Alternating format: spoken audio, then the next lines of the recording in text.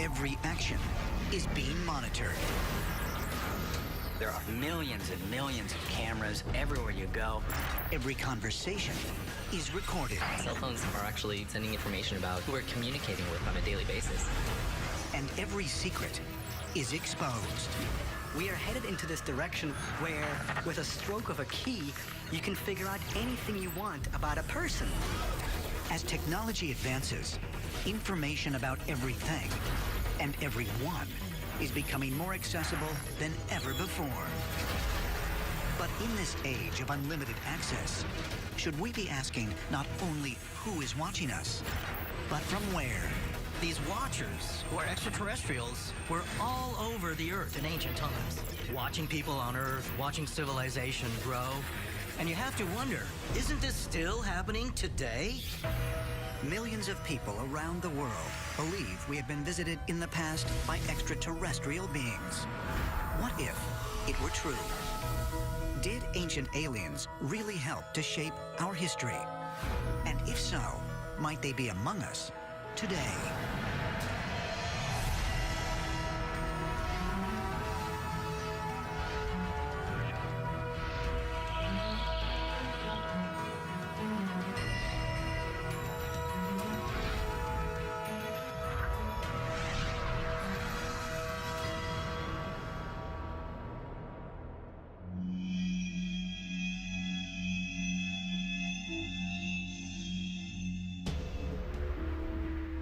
June 5th, 2013. The British daily newspaper, The Guardian, reveals that classified documents from the United States National Security Agency have been leaked. Among them is an order from the Foreign Intelligence Surveillance Court requiring Verizon to hand over metadata from millions of Americans' phone calls to the FBI and NSA. 4 days later, Edward Snowden, a former cybersecurity expert for the Central Intelligence Agency, comes forward to identify himself as the source of the leak. When asked to explain his actions, Snowden states, "I can get your emails, passwords, phone records, credit cards. I do not want to live in a world where everything I do and say is recorded." The NSA is the National Security Agency, or as some people call it, the National Spying Agency, which is in control of monitoring the communication systems throughout the world.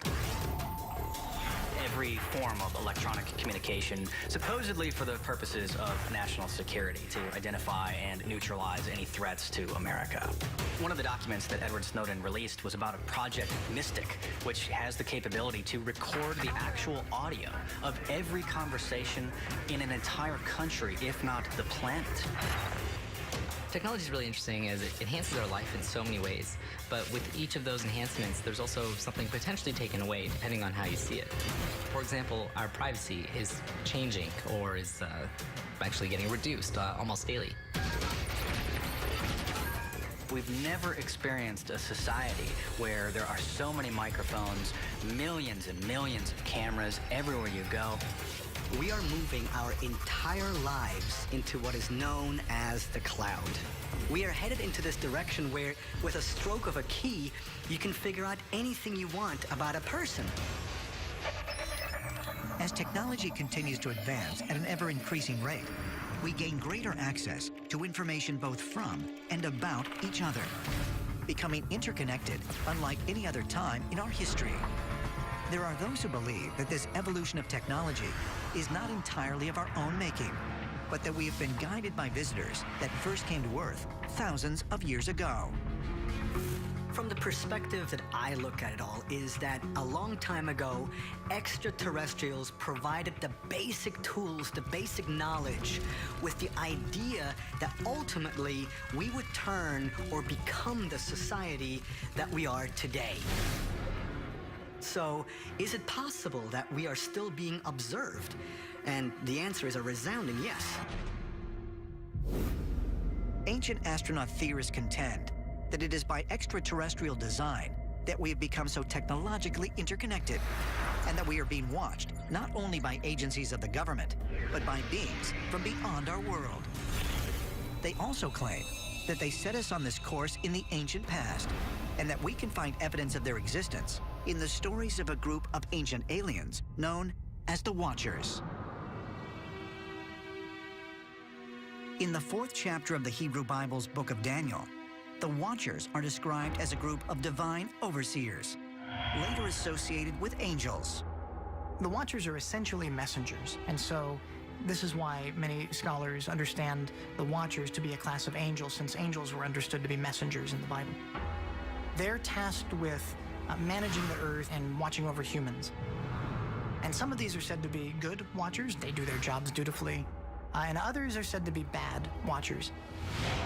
It is said about the Watchers that nothing happens on Earth that is not ordained by their hand and executed by their agents. Who are they? What are they? Well, Daniel doesn't necessarily go into greater detail, but there were numerous other texts that teach more about that which is recorded in the biblical books. One of the most famous, of course, is the Book of Enoch. The Book of Enoch, containing the first-hand account of the great-grandfather of Noah, was stricken from the Bible's Old Testament at the Council of Laodicea in the 4th century AD. In the 3rd book of this apocryphal text, Enoch says an angel, known as a Watcher, took him aboard a fiery chariot that ascended to heaven. Enoch is brought up into outer space, into heaven. It's fascinatingly detailed, and the reports of crystal walls with light coming out of them and crystal rooms sounds like someone with primitive language skills trying to explain going into a super high fidelity science fiction reality. In many ways, when you read the Book of Enoch, he is an abductee by extraterrestrials. And they're taking him into a spaceship, they're showing him the Earth, they're giving him special instructions. The Book of Enoch also states that 200 Watchers descended to Earth to oversee humankind and aid in our advancement. The Watchers were said to have taught mankind many different arts and sciences that had previously only been known to the angels of heaven. And these included astronomy, metrology, the use of weapons. Enoch is talking about flesh and blood beings who came, saw potential for mankind, and imparted knowledge. Those are who the Watchers were. Could it be that the Watchers described in the Book of Enoch are extraterrestrials that came to Earth and taught early humans in the distant past?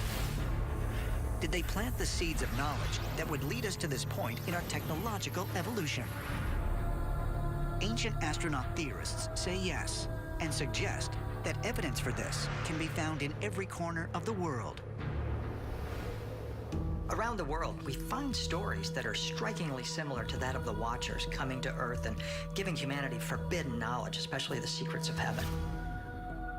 Inca legend states that the god Viracocha created humans and taught them astronomy, agriculture, and other advanced arts. The Maya civilization believed their supreme god Kukulkan taught humans writing, mathematics, and science. And in ancient Chinese legend, the divine ruler Huangdi introduced numerous advancements, such as the wheel, weaving, and writing. In Egypt, you have the god Osiris revealing the wisdom to mortal kind on how they could construct civilization. And you find this again and again within the Eurasian continent, in Africa, but also obviously within West Asia. You have the stories of the Anunnaki. The stories of the Anunnaki, or the Watchers, or the gods in the Greek pantheon, or any of the ancient gods, were based on physical visitations. They are all the same group, the same extraterrestrial. They just have received different names among the tribes and among the continents. If extraterrestrials really did come here to Earth to assist humanity, what happened to them? Perhaps the answer can be found with one of the ancient world's most powerful secret societies, which still exists today.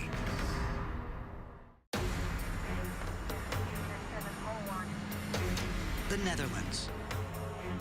March 24th, 2014. 58 world leaders gather at the World Forum in The Hague for the 3rd biannual Nuclear Security Summit. In the center of the room is a giant spinning hologram of a pyramid with 3 smaller upside-down pyramids inside it. This symbol, which is also worn as a pin by the delegates, is the summit's official logo. But there are some who claim it represents something else: the all-seeing eye of the Illuminati. Conspiracy theorists suggest that this centuries-old secret society is alive and well in the 21st century, as evidenced by symbols flashed by celebrities, industry moguls, and even heads of state. The modern-day Illuminati was organized by Adam Weishaupt in Germany. And he formulated plans so that his group could infiltrate all the key powers of society: the political sphere, the banking sphere, the media sphere back in the late 1700s. When we're talking about the Illuminati today, we're talking about essentially the most powerful secret society. These are the people that pull the strings from behind the scenes. Is this just paranoia, or might the Illuminati still be around today, embedded in the highest levels of society? And if so, what is their agenda? Some say the answer can be found with a much older secret society, which may have been the precursor to the Illuminati, the Knights Templar. This band of warrior monks was formed in 1118 AD to protect pilgrims traveling to Jerusalem during the Crusades. But many claim that their true purpose was to find lost religious relics hidden at the Temple Mount. And during their time in Jerusalem, they rose from relative obscurity to being the most powerful order of the Crusades. So far-reaching was their influence that it became widely rumored they were in league with demons. Jacques de Molay, the leading figure in the history of the Knights Templar, was brought up on charges of treason and heresy for something like devil worship. Somehow worshiping the dark side. This was the charge brought against not only de Molay, but the Knights Templars in general. Is it possible the Knights Templar really were in contact with otherworldly entities they encountered at the Temple Mount? And if so, just what were these so-called demons? We are taught that these Shedim, Delmons, in many ways they're like human beings, and in many ways they're like the angels. Some are evil, many are good. Rumor has it that the Templar Knights endeavored to communicate with these spiritual entities. This concept of demons is very different from the way we think of demons today. Essentially, what a demon was an otherworldly being. A being that was not of this earth, potentially an extraterrestrial being, with the word extraterrestrial meaning not of this earth. Could the Templars really have been influenced by aliens that they misinterpreted as spiritual beings? Some ancient astronaut theorists say that the Knights Templar were in contact with the same extraterrestrials that were known in biblical times as the Watchers. And as evidence, they point to one of the Templars' most prominent symbols, the same symbol that some say was virtually present at the Nuclear Security Summit, the all-seeing eye. This symbol, which is sometimes just an eye, but often an eye within a pyramid, was used by the ancient Egyptians, the Knights Templar, the Rosicrucians, the Freemasons, the Illuminati, and is even incorporated into the Great Seal of the United States. It is a symbol that is most commonly interpreted to mean that someone or something is watching us. The Eye of Providence symbolizes the idea of an omniscient, intelligent universe that is overseeing all of the affairs that we have here on Earth. For many, the Eye of Providence was a symbol that God was watching over us, but others believed that it had a much deeper meaning and actually extended well beyond many other cultures, possibly even connected to extraterrestrials. Could Could the symbol of the all-seeing eye be secretly telling us that the Watchers are still here on Earth, working behind the scenes in secret societies and even the top levels of government? Curiously, the Book of Enoch tells of the Watchers' arrival, but it never tells of their departure. We have the records as described in the Book of Enoch and other literature that when the Watchers came down, corrupted the human gene pool, introducing hidden technologies centuries before they were meant to be introduced, things were off track. It was then ordained by whatever heavenly powers that we had to start from scratch. The flood was to come. But yet, what happened to the Watchers? They were not human, and therefore they were not subject to a human decree, or could they be susceptible to human death? Well, the Bible doesn't say what happened to them, but the other legends do. In the mystical legends, it is taught that a good number of them escaped the flood by escaping to secret hidden places. Is it possible that ancient aliens called the Watchers actually survived the cataclysm known as the Great Flood? And could they not only have survived, but managed to live among us in secret for thousands of years? Ancient astronaut theorists say yes, and claim that proof can be found deep beneath the Earth.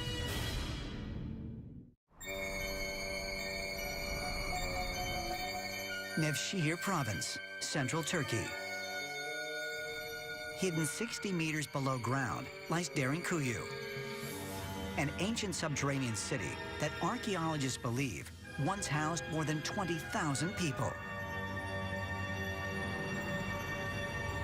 First discovered in 1963, some ancient astronaut theorists contend the once fully functioning underground city is evidence that ancient people really were forced underground by a great cataclysmic event, and that they may have had help from more advanced beings, like the Watchers.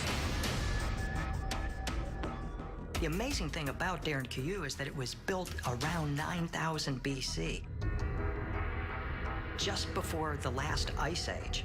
And you have to ask, is it possible that it was built by the Watchers as a refuge for themselves, or perhaps as a refuge for humanity? Archaeologists in the Middle East have surmised that around 5000 BC, there was a huge flood throughout the Middle East. And it destroyed and flooded much of Sumeria and Anatolia. This is the same time where the city of Derinkuyu was being occupied underground. So we might surmise that this was one of the refuges of the Watchers. Is it really possible that the underground city of Derinkuyu was constructed with the help of extraterrestrials to provide shelter from a great flood? Ancient astronaut theorists suggest that Derinkuyu is just one of numerous locations where it appears someone or something built a fortification to serve as a refuge from a great cataclysm. In a remote area of the Himalayan mountain range in Nepal, at an elevation of 14,000 feet, over 10,000 man-made caves have been found carved into sheer cliffs. Archaeologists believe they could date back more than 3,000 years, and struggle to explain how ancient people would have been able to access these caves, let alone create them. It's not easy to get up there at all. It's not known why would people take the trouble to climb up a vertical cliff in the middle of the Himalayas. It suggests that whoever built them might have had some sort of flying craft technology.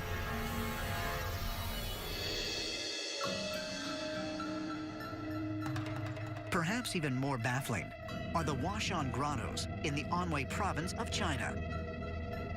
They are the largest ancient man-made caves in the country, containing stone rooms, bridges, and pavilions. Archaeologists have no idea how they were built, by whom, or why. Could these ancient sites that defy explanation have been built by alien visitors in order to survive the Great Flood. Ancient astronaut theorists contend that perhaps the strongest proof that the Watchers survived the flood can be found not in the Middle East, Asia, or India, but in the American Southwest. Northeastern Arizona. Sprawled across this desolate and arid region lie the Three Mesas, settlements of the Native American Hopi tribe that some have long believed align with the stars of Orion's belt: Onalam, Onatak, and Mintaka. In addition to their strong ties to the constellation of Orion, the Hopi also have numerous legends of the Ant People, an advanced race of beings that came to the aid of mankind. I've seen some of these carvings on the rock cliffs in Arizona. The Ant People helped the Hopi survive two major cataclysms: the destruction of the first world by fire, some kind of asteroid strike, or perhaps a comet hit the Earth, and the second world by ice, maybe a pole shift. But each time, the Ant People led the Hopi down into caverns and helped them survive in a subterranean world. This story is strikingly similar to that of the Watchers who sought to protect the humans that they had interacted with. You have to wonder, are the Ant People somehow related to, if not the same as, the Watchers of the biblical story? But what ancient astronaut theorists find most fascinating about the story of the Ant People is what they are called in Hopi. The Hopi word for ant is Anu, and the Hopi word for friend is Naki. So you put the two together, the Anunnaki, the ant friends that the Hopi have interacted with for centuries and millennia. And this ties in with the Bible and with Sumerian mythology. It's all tied in together. These ant people are pervasive in human history. According to Sumerian texts, the Anunnaki, much like the Watchers, were beings who came down from the sky and helped mankind's earliest civilization to develop writing, medicine, and irrigation. Could the Hopi stories of the Ant People actually be describing the same star travelers that the Sumerians called the Anunnaki, and that the Bible refers to as the Watchers? Might the Ant People have been extraterrestrials that took refuge in the caves of the American Southwest to survive the Great Flood? But if the Watchers really did remain here on Earth, did they also continue to manipulate the evolution of human society? Ancient astronaut theorists say yes, and claim the evidence can be found with the strange cave-dwelling entities known as the Jinn.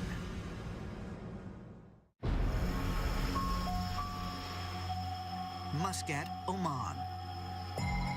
Here, on the shores of the Arabian Sea, lies one of the world's 10 largest caves, Majlis al-Jinn, or meeting place of the Jinn.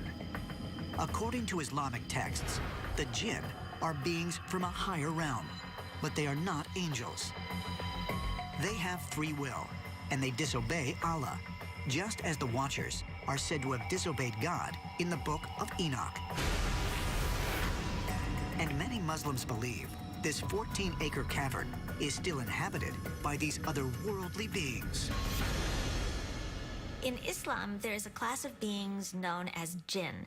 The jinn are angelic, and yet they are not of the ethereal realm. They are of the earthly realm. They're neither good nor evil. They're shapeshifters. They can help you. They can also trick you. They're supposed to have had magic abilities, supernatural powers, and humans greatly feared the jinn. They're just exiled beings who crossed over a forbidden boundary and now find themselves trapped in the earth plane. In the Islamic texts, the Jinn appear only when they want to be seen, often influencing humans by whispering instructions to them while invisible. order to understand the nature of these entities, we must understand that in many ways they're the intermediary race. Like human beings, they eat and drink. Like human beings, they sexually procreate. But like the angels, they can shapeshift, fly, and know the future. Stories of encounters with the jinn can be found throughout the Muslim world. But could they be true? And if so, are these the same otherworldly entities that are said to have descended to Earth before the time of the Great Flood, known as the Watchers? Ancient astronaut theorists say yes, and claim that further evidence can be found with the stories of similar strange beings found all over the world. In Africa, there are stories of the Orisha, demigods who came down from the sky that are said to speak every language and secretly influence events on Earth. In Japan, the Tengu are bird-like creatures that are said to hide out in the mountains and change form to manipulate humans. But if the Watchers were active on Earth hundreds of years ago, could they still be living among us even to this day? Ancient astronaut theorists say yes, and for proof, they suggest we look no further than recent accounts of alien abductions. January 25th, 1967. South Ashburnham, Massachusetts. 30-year-old Betty Andreasen is in her kitchen after dinner while her mother, father, and 7 children are in the living room. Suddenly, the power goes out. And when it comes back on a moment later, a beam of red light shoots through the window. We saw a flashing reddish-orange light coming through the pantry window. 5 beings entered my home right through the wooden door. They had large black eyes, tiny nose, thin slit mouth, tiny holes for ears, a large bulbous head, and I was quite shocked, wondering what is this, you know? At that point, I was taken up into the craft. Betty ends up going with them to some place that she thinks is their world, and she said it was more vivid than life itself. Betty Andreasen's reports are very detailed and thorough. There's lots and lots of specific drawings that she makes of technology on these ships. This is before the era that anybody was talking about this stuff, so it was a totally unique experience for her. A devout Christian, Andreasen describes her abduction as a religious experience. The only thing I could think of that they must be angels for them to be able to pass through the door like that and to take me through that door the same way. But for ancient astronaut theorists, this encounter is most significant because of how these strange beings identified themselves. They said that they were the Watchers. But if extraterrestrial beings, known as Watchers, are still living among us today, why? Perhaps the answer can be found by examining other cases of extraterrestrial abductions and by examining whether the Watchers are watching us or if there are other beings watching them. June 1st, 1990. UFO investigator Raymond Fowler publishes The Watchers, an unprecedented inside look at the Betty Andreasen case. After years of hypnosis, psych exams, and interviews, Fowler concludes that the strange beings Andreasen encountered that called themselves the Watchers were the same entities that are commonly identified today as gray aliens.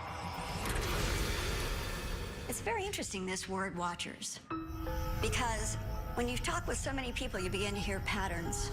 And even if you're not sitting across from a man or a woman or a child who says, I was taken by a watcher, what you hear is the abductees knew that they were dealing with something that knew everything about them. Again, the watcher idea, whether you use that name or not. According to Betty's account, the extraterrestrials who took her aboard their craft subjected her to medical examination. And I was floated to a table, and as he was examining me, he said they were going to have to measure me physically. And at that point, they started to take this needle-like thing and thrust it into my navel. And I could feel it going round and round inside me. As incredible as Betty Andreassen's abduction story sounds, it is not unique. Many alleged alien abductees give very similar accounts. In 1961, Betty and Barney Hill of Lancaster, New Hampshire, made one of the earliest alien abduction reports when they claimed that they had been taken aboard a ship. Placed naked on examination tables and probed by what they described as gray aliens. Linda Porter of Covina, California, reported that in 1963, she too was taken aboard a ship, where she witnessed strange-looking creatures examining humans held in states of suspended animation. But if these accounts are true, what is it that's being done to these abductees? Watchers have two key areas of interest as concerns humanity. One is genetics and the other is technology, and both are found in the phenomena of alien abductions. So one idea would be that the purpose of the abductions is to continue to tweak the human body to assist humanity in climbing the evolutionary ladder, so to speak. Is it possible that the Watchers that were described in the Bible and the Book of Enoch really are responsible for the modern alien abduction phenomenon, and that they are continuing to alter our genetic makeup? Or might there be another explanation? Some ancient astronaut theorists suggest it is possible that modern alien abductions are not the work of those same Watchers that survived the Great Flood, but that instead they are carried out by another group of extraterrestrials.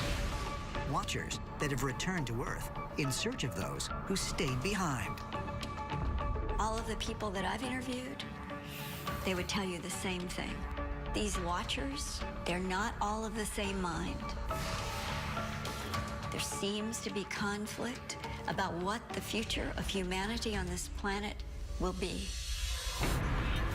Legends teach us that Watchers fight amongst themselves, and that they will each manipulate segments of humanity so as to express their own agendas, and therefore it is they who influence nations to go to war and to fight for their purposes and not necessarily for our betterment.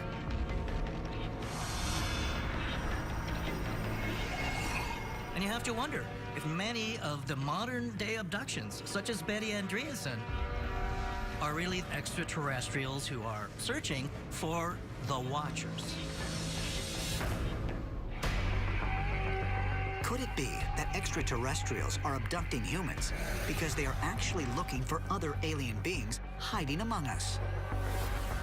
Ancient astronaut theorists suggest that the answer may be found by taking a closer look at the United States government's most secret projects.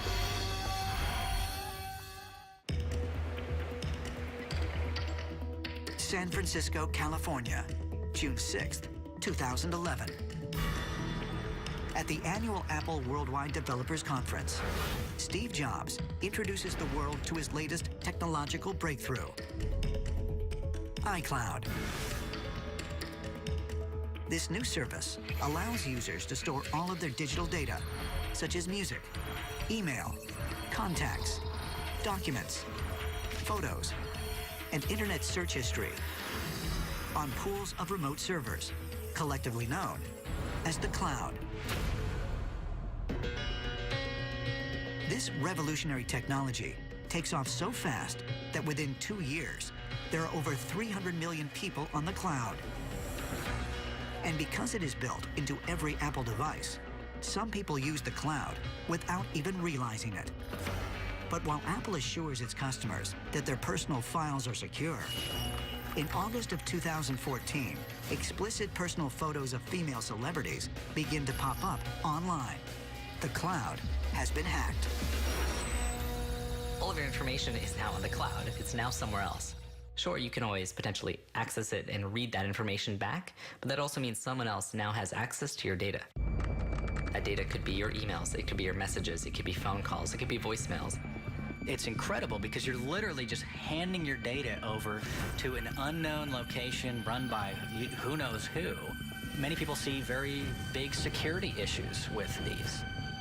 You're no longer personally having control of your own data on your own hard drive. You're just sending it off into the ether to who knows where. When Edward Snowden revealed in 2013 the extent to which our privacy has been compromised, it drew public outrage. But as the march of technology moves forward, are we adapting to the notion that nothing is sacred or secret? And is it possible that extraterrestrials who have been watching us for thousands of years actually led us to this point? Could it be that our increased reliance on computers, cell phones, tablets, and anything else connected to the internet is the product of extraterrestrial design, giving the Watchers greater access to us than ever before? We're living in a day and age now where everybody is carrying literally a camera and a microphone in their hand or in their pocket that can be remotely activated by the NSA or various number of intelligence agencies or even hackers.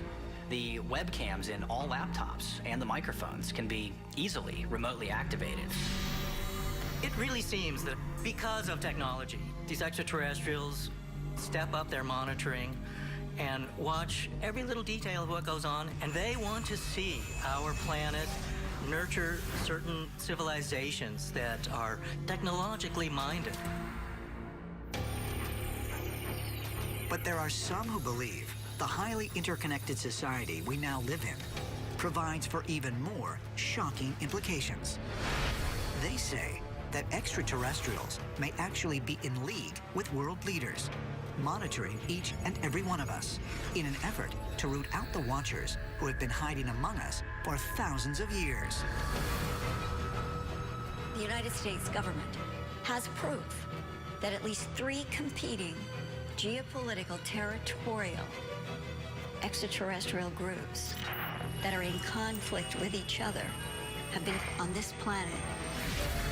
The intervention may actually be positive for humans going forward. But we are also presented the idea that we are dealing with intelligences that may actually want to do harm and have done harm. It is as if there were political parties in the cosmos. Is it possible, as ancient astronaut theorists contend, that the Watchers really do exist and are still here on Earth, watching over us? Could we be under surveillance by not one group of Watchers, but several? And might a secret conglomeration of the world's most powerful leaders have actually taken a side in this extraterrestrial conflict? Perhaps very soon, we will discover that aliens have been among us all along, watching us and guiding us, not only in the interest of our own future, but also theirs.